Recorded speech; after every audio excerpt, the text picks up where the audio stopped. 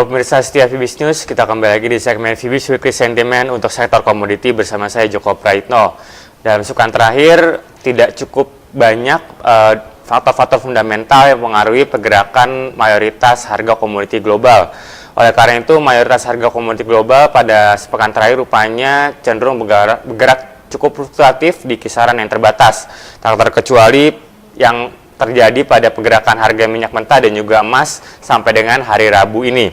Sekarang kita lihat beberapa faktor fundamental apa saja yang mengaruhi pergerakan harga minyak mentah dan juga emas. Untuk faktor positif, terdapat dua faktor fundamental yang cukup signifikan mempengaruhi pergerakan harga minyak mentah dan juga emas. Yang pertama datang dari Inggris. Setelah kemarin pemerintah Inggris merilis bahwa data tingkat inflasi Inggris untuk bulan Juli yang lalu mengalami penurunan sebesar 0,1% menjadi 0,4%. Penurunan tingkat inflasi tersebut berhasil mengalahkan prediksi sebelumnya di mana banyak pengamat memprediksi bahwa tingkat inflasi Inggris untuk bulan Juli diperkirakan akan mengalami kenaikan sebesar 0,1% menjadi 0,5%. Sedangkan faktor fundamental selanjutnya datang dari Jerman. Setelah kemarin pemerintah Jerman melaporkan bahwa sentimen ekonomi Jerman untuk bulan Juli mengalami kenaikan sebesar 5,7 poin. Seperti halnya dengan data tingkat inflasi Inggris, kenaikan pada sentimen ekonomi Jerman juga berhasil mengalahkan prediksi banyak pengamat. Setelah sebelumnya pengamat memperkirakan bahwa data tersebut akan mengalami penurunan sebesar 1,3 poin. Lalu bagaimana dengan faktor fundamental yang negatif?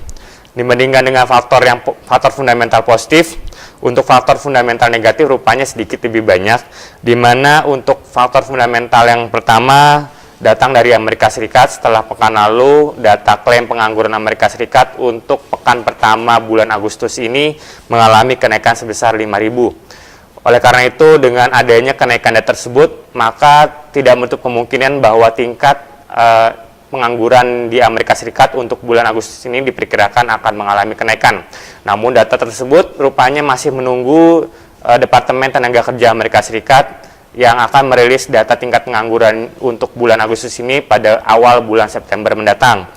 Sedangkan faktor fundamental selanjutnya datang dari China. Setelah pemerintah China pada awal pekan ini melaporkan bahwa tingkat inflasi China untuk bulan Juli masih berada pada level 2,7%. Level tersebut sesuai dengan perkiraan banyak pengamat, di mana dampak dari pergerakan minyak mentah dalam bulan Juli rupanya tidak mengaruhi pergerakan atau tingkat inflasi di China pada bulan Juli yang lalu.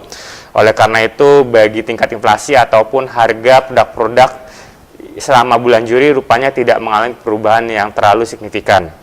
Sedangkan fundamental negatif yang terakhir kembali datang dari Amerika Serikat. Setelah semalam data penjualan produk retail untuk bulan Juli dilaporkan mengalami penurunan sebesar 0,4%. Seiring dengan adanya penurunan permintaan pada produk-produk retail, rupanya konsumen di Amerika Serikat untuk bulan Juli rupanya menurunkan tingkat konsumsinya, terutama pada produk-produk retail seperti pakaian dan juga produk-produk makanan. Oleh karena itu, dari segi sektor konsumsi rupanya tidak cukup baik selama bulan Juli setelah sebelumnya tingkat sentimen konsumen Amerika Serikat yang dilaporkan pada pekan lalu dilaporkan mengalami penurunan. Lalu kita beralih pada sisi teknikal.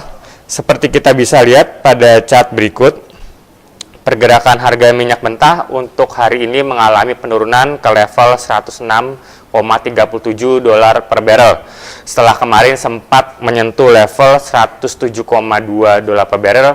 Awal hari ini atau di pembukaan perdagangan hari ini rupanya pergerakan harga minyak mentah cenderung mengalami pergerakan yang konsolidasi. Lalu bagaimana dengan beberapa indikator teknikalnya? Seperti relative strength index yang dalam 2 hari terakhir mengalami kenaikan, rupanya pada hari ini sedikit mengalami penurunan ke level 56,112 poin. Oleh karena itu, proyeksi terhadap pergerakan harga minyak mentah untuk akhir pekan ini diperkirakan akan masih bergerak terbatas pada kisaran level 105 sampai dengan 107 dolar per barrel. Sedangkan pada sisi teknikal emas, rupanya lebih bergerak negatif dibandingkan pergerakan harga minyak mentah. Pada hari ini, harga emas diperdagangkan pada level 1.319 dolar per troy ounce. Pergerakan harga minyak mentah seperti kita bisa lihat pada chart mengalami penurunan yang cukup signifikan setelah dalam 2 hari sebelumnya sempat menyentuh level 1.340 dolar per ounce yang merupakan level tertingginya dalam sebulan terakhir. Oleh karena itu, proyeksi terhadap pergerakan harga emas diperkirakan akan masih berpeluang mengalami penurunan mengingat beberapa data ekonomi Amerika Serikat seperti data indeks manufaktur dan juga tingkat inflasi akan dirilis pada pekan ini. Oleh karena itu, pergerakan terhadap nilai tukar dolar bagi beberapa mata uang mayoritas rupanya akan masih dominan mempengaruhi pergerakan emas dalam jangka pendek. Merangkum antara faktor fundamental dan juga faktor teknikal, maka untuk tabel sentimen pada sisi minyak mentah, pergerakannya akan masih bergerak pada kondisi bearish untuk sisi fundamental, sedangkan pada sisi teknikal masih berpeluang mengalami pergerakan yang bullish. Sedangkan pada tabel sentimen emas, meskipun kondisinya tidak terlalu baik, namun proyeksi terhadap pergerakan harga emas diperkirakan akan masih berpeluang mengalami kenaikan meskipun tidak signifikan.